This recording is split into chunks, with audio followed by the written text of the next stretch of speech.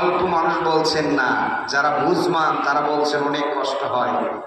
কার না মন চায় নিজের জন্মভূমি ছেড়ে আরেকটি দেশে থাকতে? কথা বলেন। জন্মভূমি ছেড়ে অন্য দেশে থাকতে মন চায়? মায়ানমারের আরাকানের ভালোবাসা অন্তরের ভিতরে আছে না? কথা বলেন, আছে না? বর্তমান শুধু সেই মায়ানমারের আরাকানের মুসলমান নাই, নির্যাতিত না, আজকে পুরো বিশ্বের মুসলমানগুলো নির্যাতিত হয়ে আছে। কথা বলেন। আজকে পুরো বিশ্বের মুসলিমগুলো ঐক্যবদ্ধ যদি হতে পারে, এই বাংলাদেশে থেকে যদি আবার এই মুসলিম শক্তি যদি আবার যদি জনবল নিয়ে ঐক্যবদ্ধ হয়ে ওই স্বৈর শাসকের বিরুদ্ধে যদি যুদ্ধ ঘোষণা করতে পারে, বিজয় নিশ্চিত ইনশাআল্লাহ। মুসলমানদের বিজয় ঠেকাতে পারবে কেউ? কথা বলেন, ঠেকাতে পারবে? উহুদের যুদ্ধে আব্দুল্লাহ ইবনে উবাই প্রায় 200 থেকে 300 সাহাবা আজমাইনদের নিয়ে চলে গিয়েছেন পথের মাঝখানে। বিজয় হয়েছে কি হয় না? কথা বলেন, হয়েছে কি হয় না? আজকে সবচাইতে বড় আফসোস লাগে, পুরো পৃথিবীর হিন্দু খ্রিস্টান বৌদ্ধগুলো আজকে ঐক্যবদ্ধ, আর আজকে আমরা মুসলমানের ঘরে জন্মগ্রহণ করে ঐক্যবদ্ধ হতে পারি না। কথা বলেন না কেন? আজকে মুসলিম ঘরের ভেতরে জন্মগ্রহণ করে ঐক্যবদ্ধ হতে পারি? আজকে যদি পুরো মুসলিম বিশ্ব যদি ঐক্য হয়ে যায়, বিজয় আমাদের কেউ ঠেকাতে পারবে? বিজয় দেওয়ার মালিক কে? বিজয় দেওয়ার মালিক কে? ওই আল্লাহ আছে না? মনের ভিতরে সব সময় আল জিহাদের স্বপ্ন যারা মনের ভিতরে সেট করে নিয়ে নিজের জীবনকে রাঙায়, তারা কখনো মারা যায় না, তারা শহীদ। বলেছেন কে? কথা বলেন, কে বলেছেন? আপনারা শহীদ হতে চান? কথা বলেন, শহীদ হতে চান?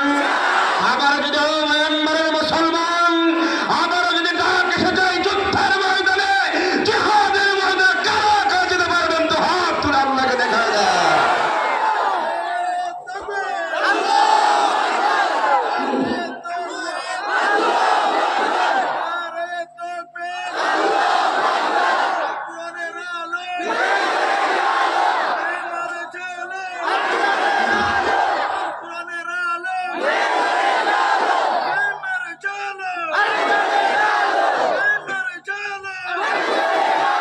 সম্মানিত ভাইয়েরা আমার, আমি ইতিমধ্যে আপনাদের বিষয়ে কয়েকটি কথা শুনেছি। তার ভিতরে ভাই সবাই এই দিকে খেয়াল রাখবেন, অন্যদিকে খেয়াল করবেন না। আমার কথা কি আপনাদের বুঝতে কষ্ট হয়? কথা বলেন, কষ্ট হয়? একটু কষ্ট হতে পারে, আপনারা ভিনদেশী মানুষ, একটু কষ্ট হবে, তারপরেও কিছু তো বুঝতে পারবেন। কথা বলেন, কিছু তো বুঝতে পারবেন। সম্মানিত ভাইয়েরা আমার, আমি একটি আয়াতে কারিমা তেলাওয়াত করেছি, সূরাতুল মাইদার 35 নম্বর আয়াত। কয় নম্বর আয়াত? কথা বলেন। সূরাতুল মাইদার 35 নম্বর আয়াতে কারিমা তেলাওয়াত করেছি। আয়াতের ভিতরে আমি আপনাদের কাছে কি মেসেজ দিয়ে যাব, ইতিমধ্যে মঞ্চে উপবিষ্ট আলিম ওলামা, আমার মাথার তাজ হযরত ওলামায়ে কেরাম, আমার সামনে দিনদার তাওহীদ কোরআন প্রেমিক ইসলাম প্রেমিক সম্মানিত ভাইরা, পদ্মার অন্তরালে আমার মা ও বোনেরা, সবাইকে আরো একটিবার সালাম দিব। আসসালামু আলাইকুম ওয়া রাহমাতুল্লাহি ওয়া বারাকাতুহু। আজকে আপনাদের এই মাহফিলে এসে অন্তত পক্ষে এটা আমি বুঝতে পেরেছি, বাংলাদেশের মানুষের অন্তরের ভেতরে তো ঈমানের যে দীপ্ত শক্তি, এটা একেবারেই কম, কিন্তু আপনারা আল্লাহকে সবচাইতে বেশি ভয় করেন। আলহামদুলিল্লাহ। যাদের হৃদয়ের ভেতরে মনের ভেতরে আল্লাহর ভয় আছে, বিজয় কি কেউ ঠেকাতে পারবে? কথা বলেন, ঠেকাতে পারবে? একদিন এই অল্প মানুষ, একদিন এই অল্প নির্যাতিত মানুষ মানুষ, অল্প জনশক্তি একদিন এমন শক্তিতে রূপান্তরিত হবে। অং সং সূচি, খবর আছে? কথা বলেন, খবর আছে? কত নির্যাতন করেছে, জেলখানার ঘানি টানতেছে, কথা বলেন না কেন? আজকেও যেই সেনা স্বৈর শাসকরা সেই মুসলিম ভাইদের উপরে যারা নির্যাতিত করতেছে, একদিন এদেরও পতন ঘটবে ইনশাআল্লাহ।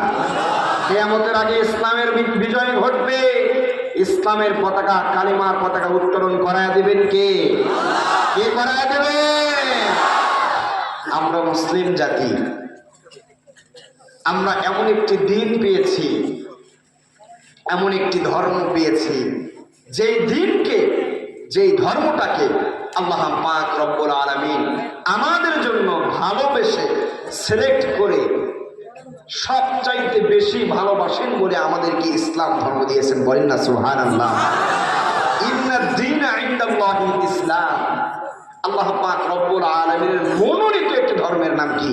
ইসলাম। কথা বলেন, মনোনীত ধর্মের নাম কি? এই ইসলাম ধর্মের ভিতরে আমরা এসেছি, আমরা খুশি না বেজার? তাহলে ইসলামের ভিতরে নামাজ আছে না নাই? কথা বলেন, আছে না নাই? তাহলে নামাজ আমাদের পড়তে হবে। কথা বলেন না কেন?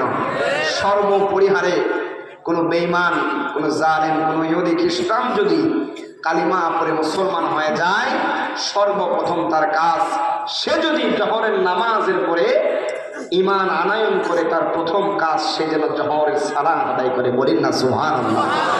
যেই ধর্মের ভিতরে 5 ওয়াক্ত নামাজ আছে, যেই ধর্মের ভিতরে রমজানুল মুবারক মাসে পূর্ণ একটি মাস রোজা রাখা আছে, যেই ধর্মের ভিতরে 2টি ঈদ, 2টি উৎসব আছে, এই ধর্মের মানুষটা কি কখনো খারাপ হতে পারে? কথা বলেন, হতে পারে? সীমিত সময়ের জন্য যেই নাস্তিকগুলো, যেই বেঈমানগুলো মুসলিম জাতির উপরে এরকম করে একের পর এক স্টেম রোলার, যারা একের পর এক নির্যাতন করতেছে, বিজয় মুসলমানদের হবে, তারা থাকতে পারবে না। তাহলে যে কথা বলতেছিলাম, সূরাতুল মাইদা 35 নম্বর আয়াত আপনাদের সামনে আমি তেলাওয়াত করেছি। আল্লাহ পাক রব্বুল আলামিন চাইলে এই আয়াত থেকে আপনাদের কাছে আজকে মেসেজ দিয়ে যাব। তাহলে ইসলাম ধর্মের ভিতরে নামাজ আছে, কি আছে? কথা বলে, নামাজ আছে। তারপরে যেখানে নামাজের কথা আল্লাহ পাক রব্বুল আলামিন বলছেন, সেখানে যাকাত। সুবহানাল্লাহ। নামাজ, তারপরে যাকাত। ইসলাম ধর্মের ভিতরে নামাজের কথা আছে, যাকাতের কথা আছে, দান সদকা করার কথা আছে। একে অপরের সঙ্গে সুন্দরভাবে কথাবার্তা, আচার আচরণ গঠনমূলক যে আচার আচরণ করলে একমাত্র কে খুশি হয়ে যায়? এই কথা যে ইসলাম ধর্মের ভিতরে আছে, এই ইসলাম ধর্ম জীবন যদি চলে যায়, তারপরে আমাদের উপরে মানা ফরজ। সর্বপরিহারে আমরা একটা কথাই বলতে পারি, প্রয়োজনে জীবন দিয়ে দিব, তারপরেও কালিমার পথ থেকে এক বিন্দু পরিমাণ সরাই আসবো। কথা বলেন না কেন? কালিমা ছেড়ে দিতে রাজি আছেন? কথা বলেন, রাজি আছেন? শুধু যেই কালিমা পড়ার জন্য আপনাদেরকে সেই দেশ থেকে ভাগায় দিল, নির্যাতন করলো, এই কালিমা আপনারা ছেড়ে দিবেন? আপনারা এই কালিমা যদি না ছেড়ে দেন, আপনাদেরকে মৃত্যুর পরে যিনি জান্নাত দিয়ে দিবেন সে আল্লাহ আছে না নাই? সবচাইতে আল্লাহ পাক রব্বুল আলামিন মাজলুমদের দোয়া কবুল করেন। আমার মনে হয় আমার এই সোনার বাংলাদেশের ভূখণ্ডে আপনাদের মতো মাজলুম আর কেউ নাই। সর্বপরিহারে 5 ওয়াক্ত নামাজের পরে অন্য কোনো মানুষের কাছে নয়, 4 স্থলে আড্ডা দিয়ে নয়, বিভিন্ন গলাবাজি করে নয়, আল্লাহর কাছে যে সাহায্য চাইতে পারেন, আল্লাহর সাহায্য অচিরেই নাজির হয়ে যাবে ইনশাআল্লাহ। সম্মানিত ভাইয়েরা আমার, আল্লাহ পাক রব্বুল আলামিন সূরাতুল মাইদা 35 নম্বর আয়াতের ভিতরে আল্লাহ পাক রব্বুল আলামিন কত সুন্দর করে জানিয়ে দিতেছেন, ইয়া আইয়ুহাল্লাযীনা আমানু তাকুল্লাহা ওয়াবতাগু ইলাইহিল ওয়াসিলাতা ওয়াজাহিদু ফি সাবিলিহি লাআল্লাকুম তুফলিহুন। আল্লাহ পাক রব্বুল আলামিন বলছেন, ইয়া আইয়ুহাল্লাযীনা আমানু তাকুল্লাহ,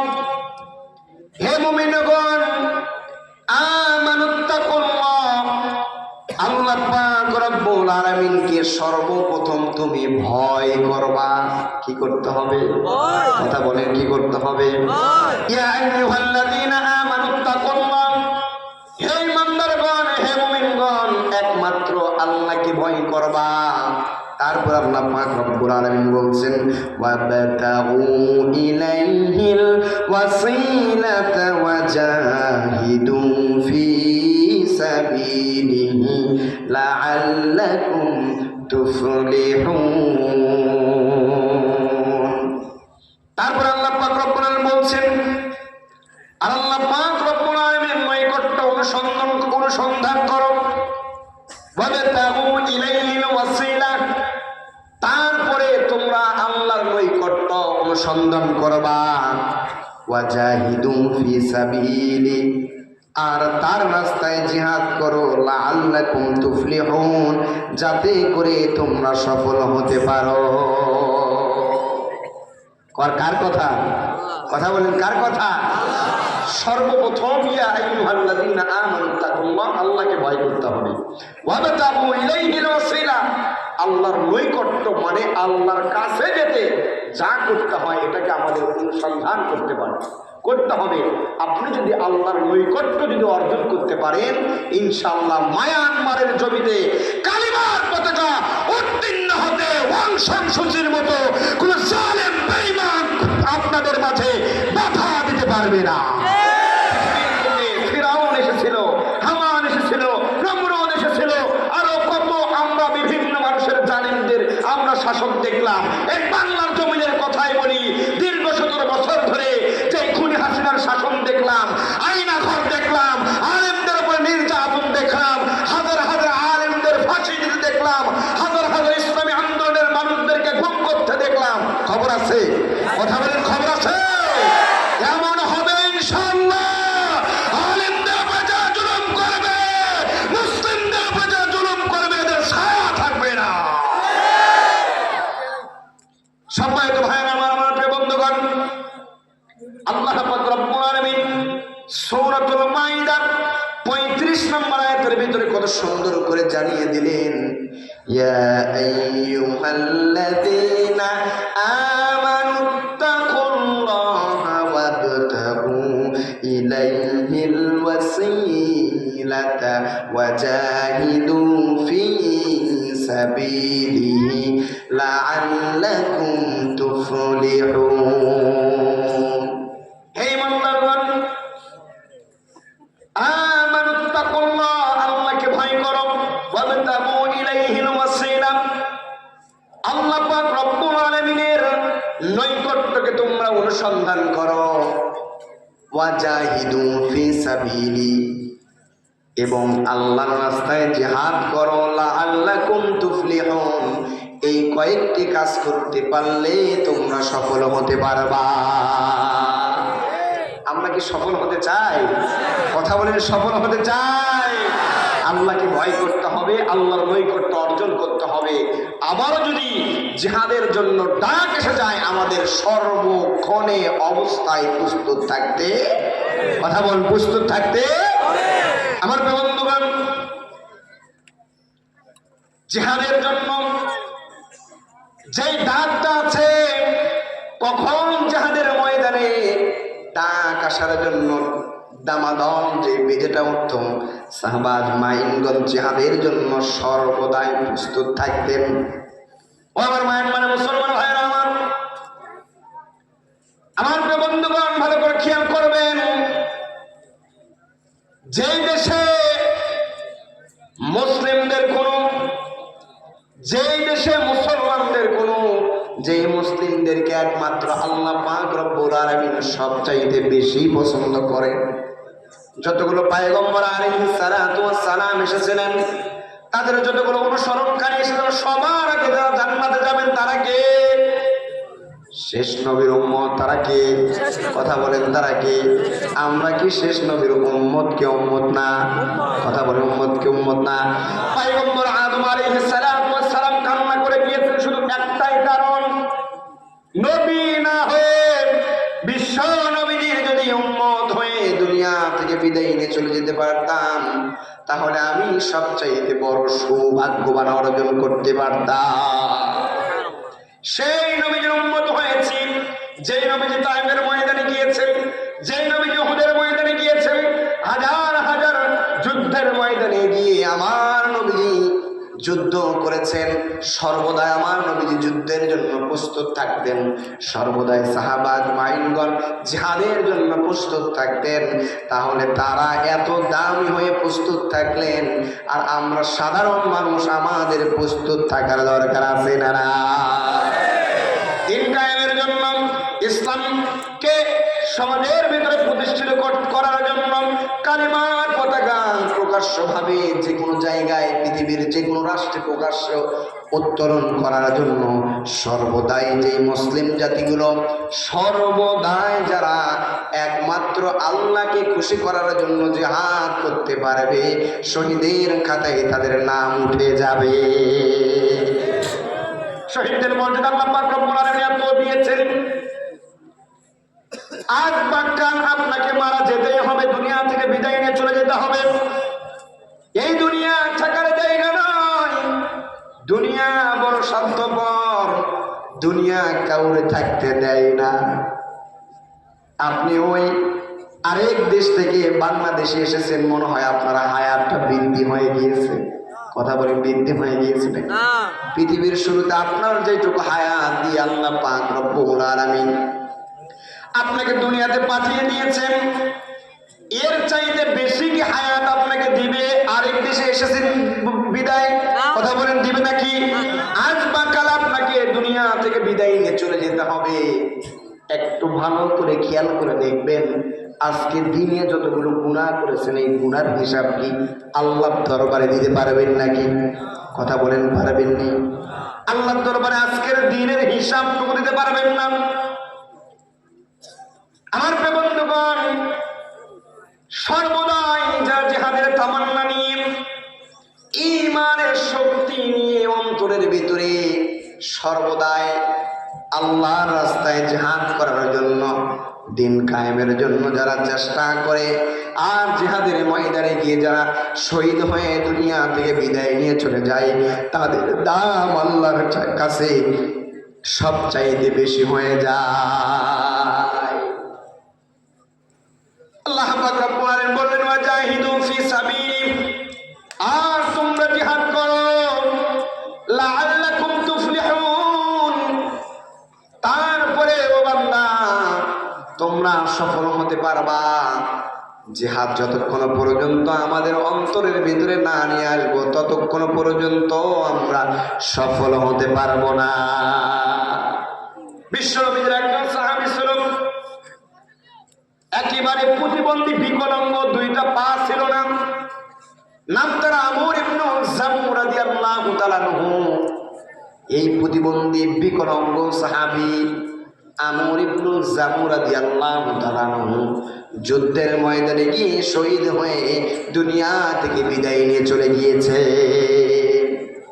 আমর ইবনে জামূহ রাদিয়াল্লাহু তাআলা আনহু দুইটা পা নাই।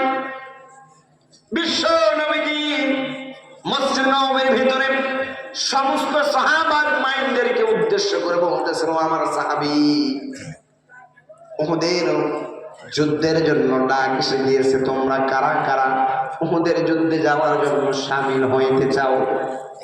বিশ্বনবী যখন এই কথাটা বললেন, সমস্ত সাহাবার মাইন্ডগণ রাজি হয়ে গেলেন, রেডি হয়ে গেলেন যুদ্ধে যাওয়ার জন্য, জিহাদের ময়দানে যাওয়ার জন্য, উহুদের জন্য প্রস্তুত হয়ে গেলেন। মসজিদের এক কর্নারে বসা আমর ইবনে জামূহ রাদিয়াল্লাহু তাআলা আনহু, বিকলাঙ্গ, প্রতিবন্ধী, পা নাই দুইটা। এ আমর ইবনে জামূহ আল্লাহর নবীর দিকে ফেল ফেল করে তাকিয়ে আছেন, আর হাত দুইটা উত্তোলন করে আছেন। আল্লাহর নবীজিকে বলতেছেন, লাব্বাইকা রাসূলুল্লাহি, ইয়া হাবিবাল্লাহ, আমি আমর ইবনে জামূহ রাদিয়াল্লাহু তাআলা আনহু, দুইটা পা না থাকতে পারে, কিন্তু আমি আমর ইবনে জামূহ রাদিয়াল্লাহু তাআলা আনহু উহুদের ময়দানে যেতে আমি বাড়িতে বসে থাকতে পারবো না। হে আমর ইবনে জামূহ রাদিয়াল্লাহু তাআলা আনহু, দুইটা পা নাই, বিশ্ব যুদ্ধে যাওয়ার কথা যখন আমর ইবনুল জামু রাদিয়াল্লাহু তাআলা শুনে ফেললেন, আমর ইবনুল জামু রাদিয়াল্লাহু তাআলা রাজি হয়ে গেলেন।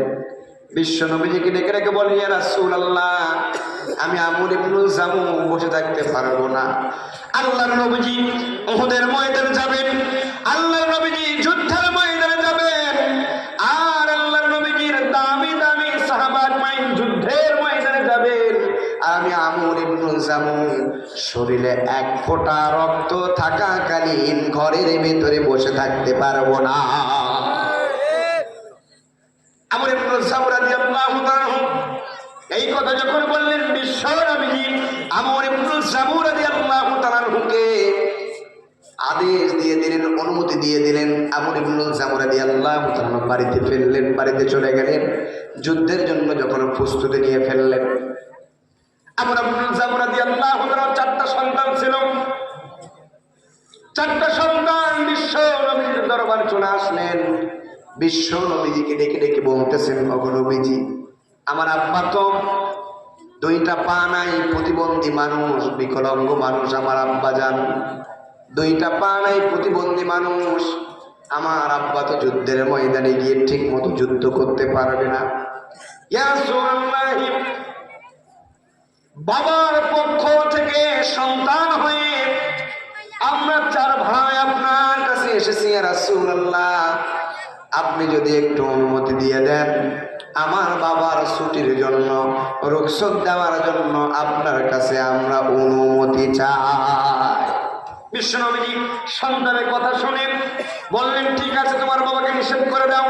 উহুদের ময়দানে আমার প্রিয় সাহাবী আমর ইবনুল জামু রাদিয়াল্লাহু তাআলা যদি নাও যায়, তারপরেও আল্লাহর কাছে আমরের জবাবদিহি করতে হবে না। আমর ইবনুল জামু রাদিয়াল্লাহু তাআলা গিয়ে যখন 4 সন্তানের কথা বললেন, আমর ইবনুল জামু বললেন, না না, বিশ্ব নবীজির কাছ থেকে দীর্ঘদিন পরে যে যুদ্ধের ময়দানে যাওয়ার জন্য, উহুদের ময়দানে যাওয়ার জন্য আমি রাজি। আমি আমর রাদিয়াল্লাহু তাআলার নাম ঘোষণা হয়ে গিয়েছে। আমি আমর ঘরের ভিতরে বসে থাকবো না, আমি আমর যুদ্ধের ময়দানে যেতে চাই। 4 সন্তানের কথা শুনলেন না, আমর ইবনুল জামু রাদিয়াল্লাহু তাআলা উহুদের ময়দানে চলে গেলেন। উহুদের ময়দানে যাওয়ার পরে আমর ইবনুল জামু রাদিয়াল্লাহু তাআলা 2টা পা নাই, ঘোড়ার পিঠের উপরে চড়ে আমর ইবনুল জামু রাদিয়াল্লাহু তাআলা অস্ত্র চালাইতেছিল। আমর ইবনুল জামু রাদিয়াল্লাহু তাআলা অস্ত্র চালাইতে এক পর্যায়ে একজন কাফের এসে আমর ইবনুল জামু রাদিয়াল্লাহু তাআলার ডান পাশে একটা তরোয়ার দিয়ে যখন নিক্ষেপ করলেন, ডান হাতটা কেটে জমিনের ভিতরে পড়ে গেল। এবার আমর ইবনুল জামু রাদিয়াল্লাহু তাআলা বাম হাতটা দিয়ে তরবারি চালাইতেছে। অপর পাশ থেকে আরেকজন সাহাবী আমর ইবনুল জামু রাদিয়াল্লাহু তাআলা বাম পাশে এসে এমন ভাবে আঘাত করলেন, আমর ইবনুল জামু রাদিয়াল্লাহু তাআলা উহুদের ময়দানে দুনিয়া থেকে বিদায় নিয়ে চলে গেলেন। তারপরে আমর ইবনুল জামু 2টা পা ছিল না, প্রতিবন্ধী। যুদ্ধের ময়দানে ডাক এসে গিয়েছে, জিহাদের ময়দানে ডাক এসে গিয়েছে। তারপরেও আমর ইবনুল জামু ঘরের ভেতরে না বসে থেকে, বিকলাঙ্গ হওয়ার পরে, প্রতিবন্ধী হওয়ার পরেও আমর ইবনুল জামু রাদিয়াল্লাহু তাআলা যুদ্ধের ময়দানে অংশগ্রহণ করেছে। আজকে আমরা ভালো আছি, আল্লাহ পাক রব্বুল আলামিন 2টা নিয়ামত, 2টা পা আল্লাহ পাক রব্বুল আলামিন আমাদেরকে দিয়েছেন। 2টা হাত বড় নিয়ামত, 2টা চক্ষু বড় নিয়ামত। এত নিয়ামত আল্লাহ পাক রব্বুল আলামিন আমাদেরকে দিলেন। তারপরে মুসলমান ঐক্যবদ্ধ না হয়ে, যুদ্ধের জন্য প্রস্তুত না থেকে ঘরের ভিতরে বসে থাকলে চলবে না। মুসলমান তো কখনো ঘরের ভিতরে বসে থাকার কথা বলেন? মুসলমান কি ঘরের ভিতরে বসে থাকলে চলবে? কতদিন বসে থাকবেন? আজকে আপনার নির্যাতন হয়েছেন, পাশের আরেক ভাই, আরেকটা প্রজাতির আরেক মুসলমান ভাইরা নির্যাতিত হওয়ার জন্য সময় লাগবে। কথা বলেন, সময় লাগবে। মুসলমানরা সর্বদা যদি মাথা চারা দিয়ে নারায়ে তাকবীর আল্লাহু আকবারের ধ্বনি দিয়ে মুসলমানরা যদি সামনে এগিয়ে যেতে পারে, কোনো বেঈমানের শক্তি নাই মুসলমানদের সামনে দাঁড়ানো। কথা বলেন না কেন? কোনো বেঈমানের শক্তি নাই। নারায়ে তাকবীর আল্লাহু আকবার স্লোগান দিয়ে বর্তমান স্বৈরাচারের বিদায় হয়েছে। কথা বলেন, নারায়ে তাকবীরের স্লোগান দিয়ে আরো একবার মনের ভিতরে আল জিহাদের স্বপ্ন নিয়ে কালিমার পতাকা উত্তোলন করার জন্য যদি ঐক্যবদ্ধ হতে পারেন, আপনাদের বিজয় কেউ ঠেকাতে পারবে না।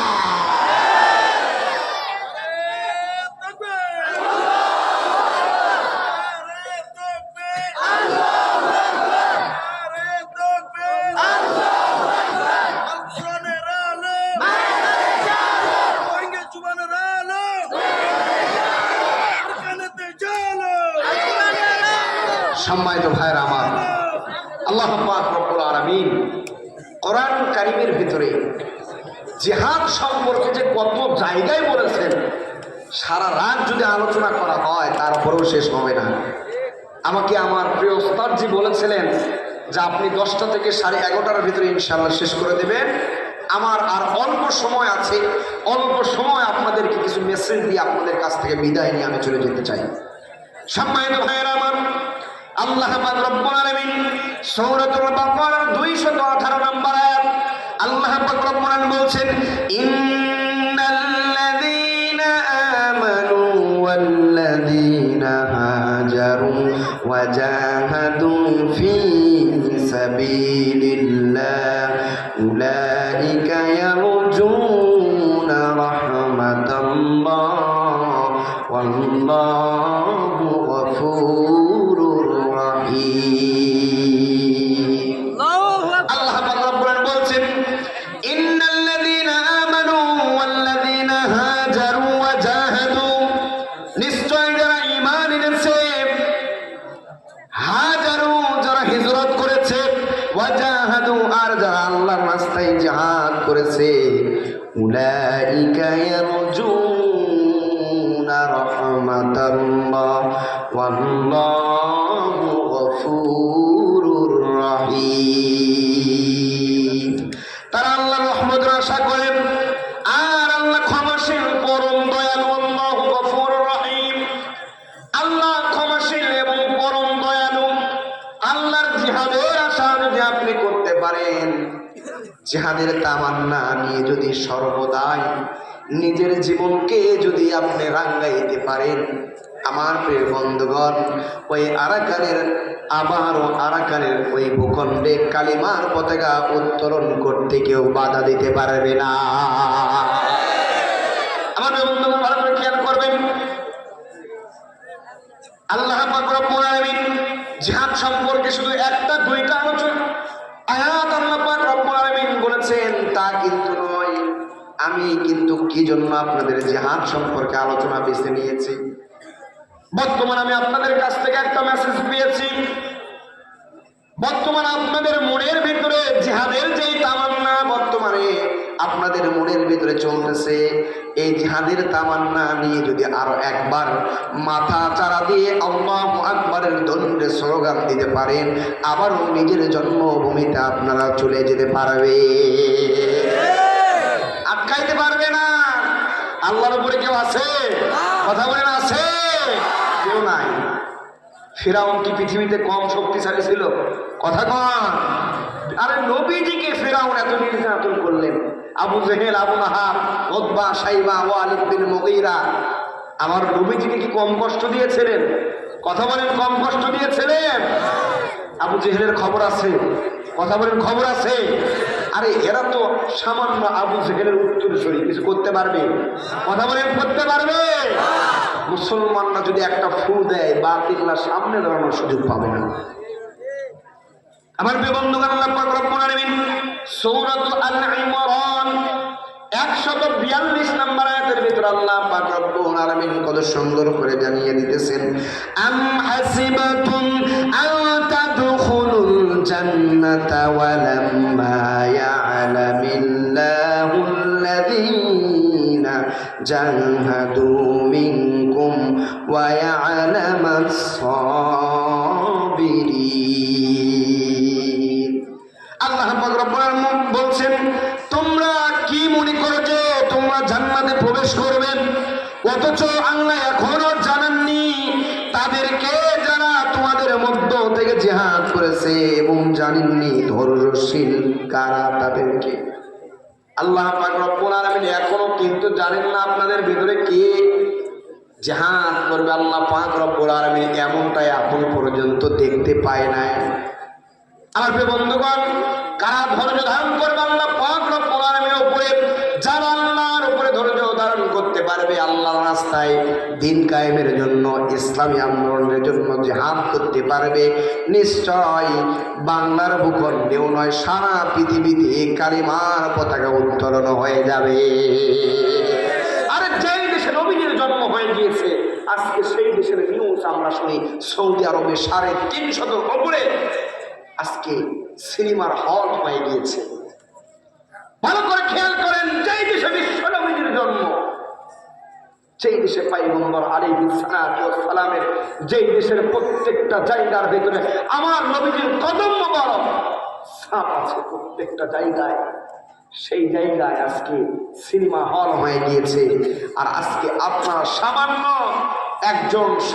আজকে অংশ সূচির যে অবস্থা, আপনাদের উপরে নির্যাতন করে সে মনে হয় খুব সুখে আছে। কথা কোন সুখে আছে? অবস্থা ভালো না খারাপ? কথা বলেন ভালো না খারাপ? আজকে আপনাদের আওয়াজ তুলতে হবে, আমাদেরকে যারা নির্যাতন করেছে এদের অবিলম্বে ফাঁসির কাস্টে ঝোলাতে হবে। আওয়াজ তুলতে হবে, প্রতিবাদ সব জায়গা দিয়ে করা হয়। বাক স্বাধীনতা কোথাও পৃথিবীর বন্ধ নয়। ক্ষণিকের সময়ের জন্য কিছু মানুষ, কিছু বেঈমান, কিছু আল্লাহ বিদ্বেষী যারা আছে, ইসলাম বিদ্বেষী, তারা বাক স্বাধীনতাটাকে বন্ধ করার জন্য চেষ্টা করে। এইটা যদি সর্ব জায়গা থেকে আপনারা প্রতিবাদ করতে পারেন, আল্লাহর বিজয় কেউ ঠেকাতে পারবে না। আমার প্রিয় বন্ধুগণ, আল্লাহ পাক রব্বুল আলামিন কোরআনুল কারীমের ভিতরে জিহাদ সম্পর্কে আল্লাহ পাক রব্বুল আলামিন এত জায়গায় বলেছেন।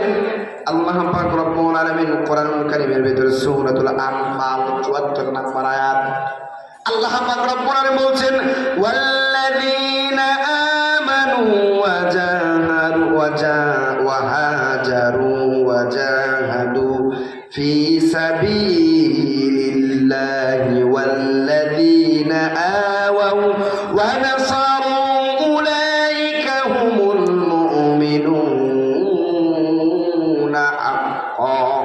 لهم مغفرة ورزق كريم।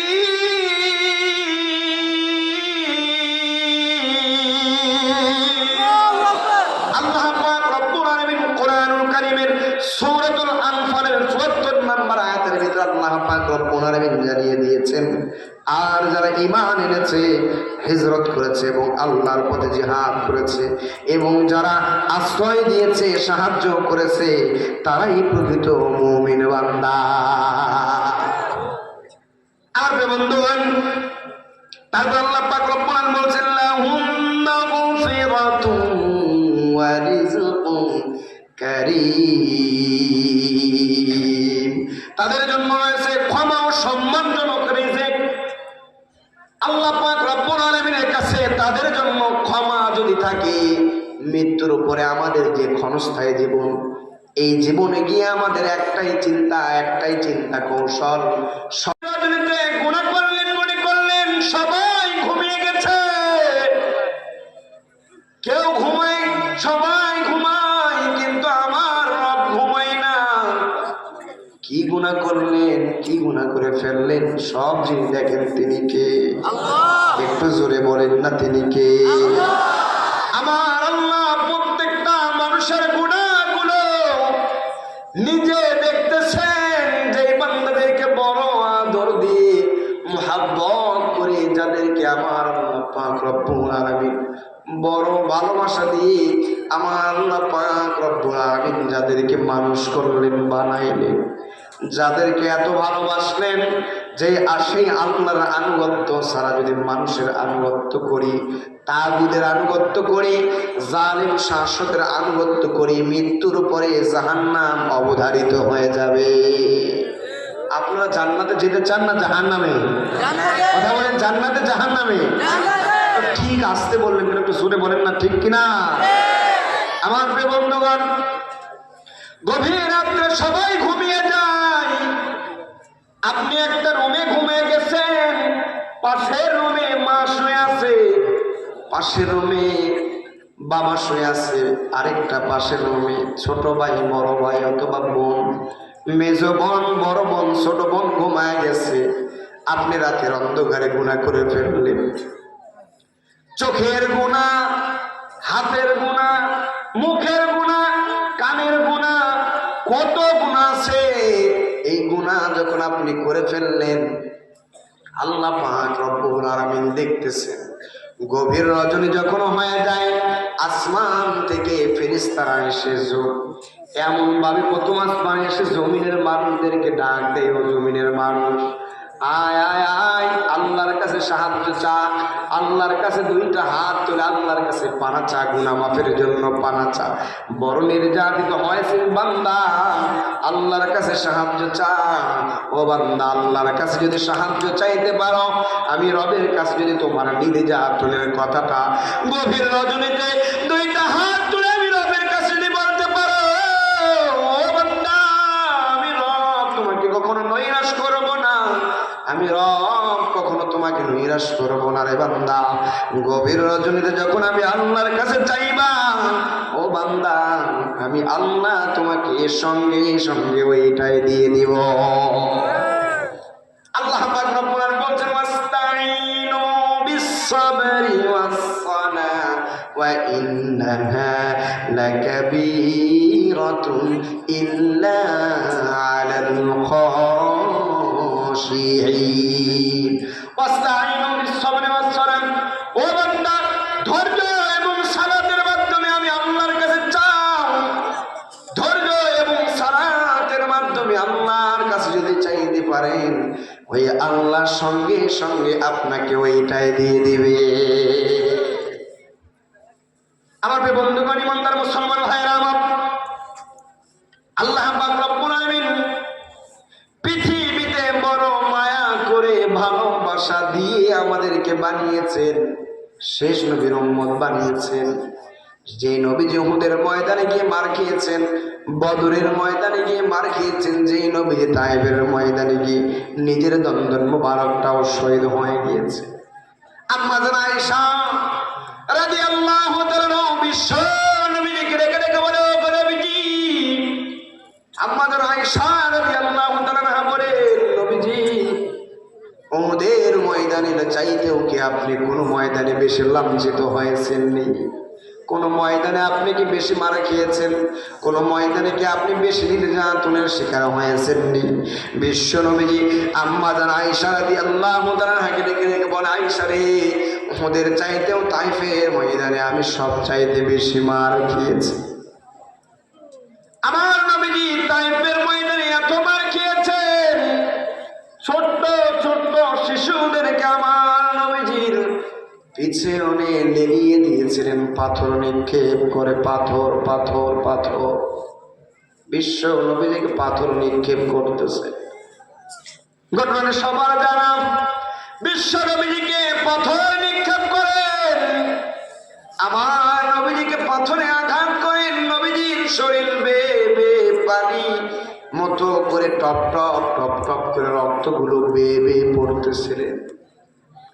আসমান থেকে যে এরকম করে পানি দুনিয়াতে বর্ষণ হয় পরে, এমন করে নবীজির পুরো শরীর দিয়ে রক্তটুকু গড়ায় গড়ায় পড়ছে। বিশ্ব নবীজির জুতার সঙ্গে পাটা দুইটা যখন এরকম করে আঠার মতো চাপ লেগে গিয়েছে, রক্তটা যখন জমিনে পড়ে গিয়েছে, জমিনটা সঙ্গে সঙ্গে থর থর করে কেঁপে উঠেছে। জমিন ভার নিতে পারে না, জমিন সহ্য করতে পারে না। বিশ্ব নবী যে জমিনকে ধমক দিয়ে বলে, জমিন রে, তুই যে আমি নবীজির রক্ত এক ফোঁটা সামান্য এই পাক রক্তটা তুই জমিনের উপর পড়ার পরে এইরকম করে থরথর করে কেঁপে উঠলি, ও জমিন,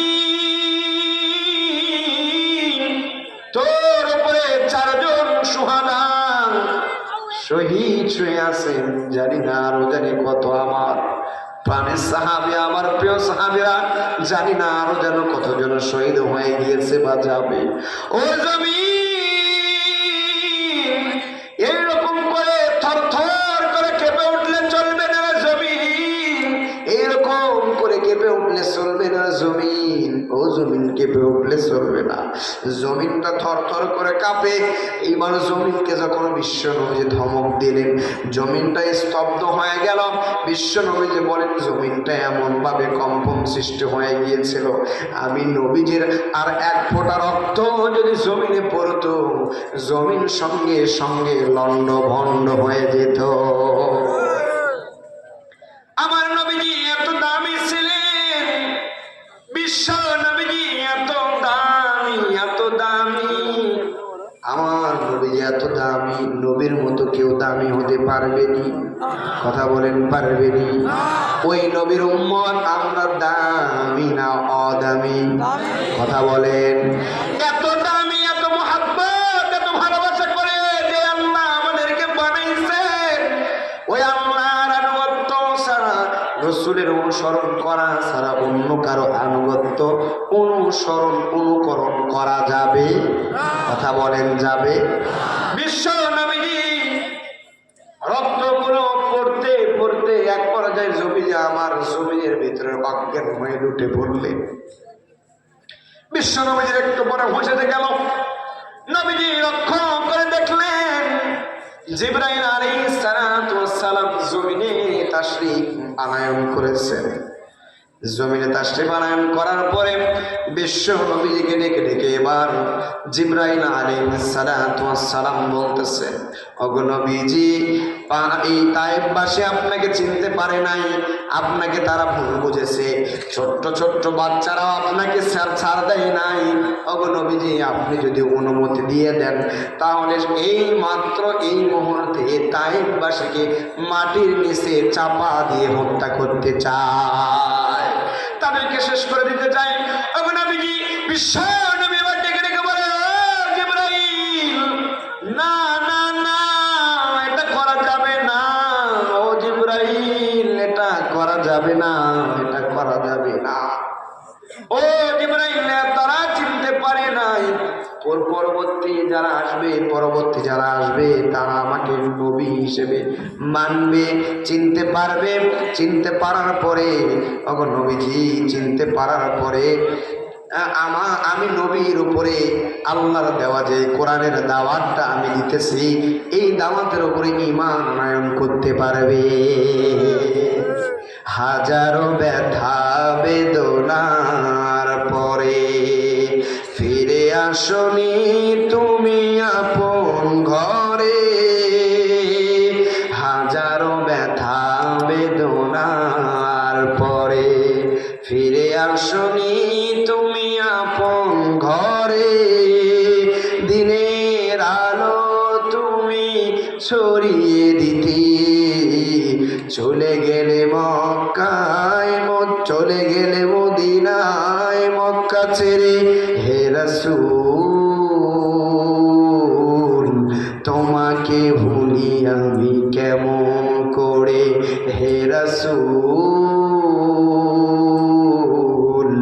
তোমাকে ভুলি আমি কেমন করে।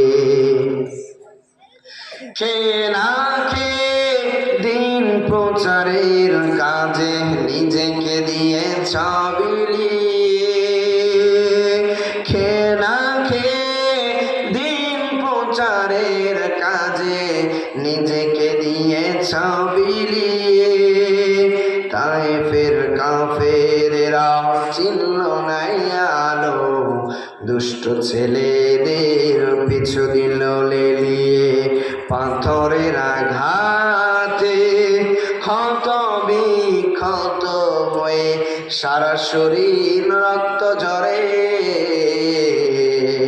হে রাসূল তোমাকে ভুলি আমি কেমন করে, হে রাসূল তোমাকে ভুলি আমি কেমন করে। বিশ্ব নবীজিকে ভোলা যাবে? কথা বলেন, নবীজিকে ভোলা যাবে? সম্মানিত ভাইয়েরা আমার, নবীজিকে ভোলা যাবে না, বিশ্ব নবীজিকে ভোলা যাবে না। যেহেতু আমার আলোচনার সময় শেষ হয়ে গিয়েছে, আর আমি বেশি লম্বা ইতিহাস টানবো না। আমার প্রিয় বন্ধুগণ, আলোচনার শেষ দিকে আমি যাব। তাহলে শুরুতে যে আলোচনা, যে আয়াতে কারিমা আমি আপনাদের সামনে তেলাওয়াত করেছিলাম, আল্লাহ পাক রব্বুল আলামিন কোরআন কারীমের ভিতরে কি বলছেন? সূরাতুল মাইদার 35 নম্বর আয়াতের ভিতরে আল্লাহ পাক রব্বুল আলামিন বলেন, ইয়া আইয়ুহাল্লাযীনা আমানু তাকুল্লাহ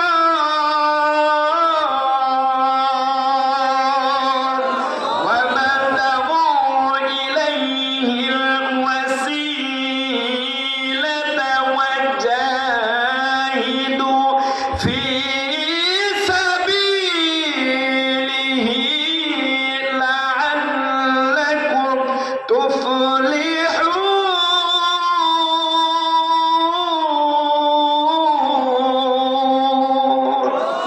আল্লাহ পাক রব্বুল আলামিন বললেন, হে মুমিনগণ, আল্লাহকে ভয় করো, আল্লাহকে ভয় করো, আল্লাহকে ভয় করো। আমানতাকুল্লাহ, আল্লাহকে ভয় করো। ওয়াবতাগু ইলাইহিল ওয়াসিলা, আল্লাহর নৈকট্য অনুসন্ধান করো। ওয়াজাহিদু ফি সাবিলিহি লাআল্লাকুম তুফলিহুন, আর তোমরা জিহাদ করবা, আল্লাহর রাস্তায় জিহাদ করতে হবে। কার রাস্তায় জিহাদ যে করবে, এটা কার রাস্তায় করতে হবে? কথা বলেন, কার রাস্তায়? ওয়াজাহিদু ফি সাবিলি, আর তোমরা জিহাদ করো, লাআল্লাকুম তুফলিহুন, যদি সফল হও তাহলে আল্লাহকে ভয় করা ছাড়া, আল্লাহর অনুসন্ধান, নৈকট্য অনুসন্ধান করা ছাড়া, ওয়াজাহিদু ফি সাবিলি, জিহাদ করা ছাড়া কখনোই তুমি সফল হতে পারবা না। সর্বদা মুসলমান মনের ভেতরে যদি জিহাদের তামান নিয়ে যদি আমরা বেঁচে থেকে লড়াই করে সংগ্রাম করে দুনিয়া থেকে বিদায় নিয়ে চলে যেতে পারি, বাংলার ভূখণ্ডে কেন সারা পৃথিবীর ভূখণ্ডে আল্লাহর কালিমার বিজয় ঘটবে ঘটবে ঘটবে। সর্বদাই আপনাদেরকে সর্বশেষ কথা, যেহেতু আমার সময় ছিল 11:30, আমার আবার একটা বদ অভ্যাস আছে, আমি টাইম একটু এলোমেলো করবো না। জাস্ট টাইমে উঠবো, জাস্ট টাইমে শেষ হবে ইনশাআল্লাহ। কথা বলেন, গভীর রাত্রিতে পর্যন্ত এতগুলো মানুষ আলোচনা শুনে কোনো লাভ আছে? ভাই কথা কন, লাভ আছে? আলোচনা শুনে লাভ আছে? আছে কয় পিছিয়ে একটা কথা কয় আছে। গভীর রাত্রি পর্যন্ত আলোচনা শুনে যদি ফজরের নামাজ না হয় কি লাভ হবে?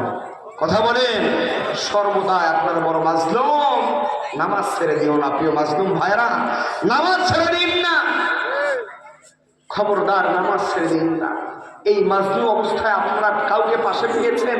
কথা বলেন, পাশে পেয়েছেন? যদি একটা পরিবার থেকে 4 জন মানুষ আসতেন এখানে, যদি থাকতেন, কারো সাহায্য পেতেন? কথা বলেন, পেতেন? এতগুলো মানুষ আপনারা থাকেন, সবার পরিচিত মুখ, মোটামুটি কোনো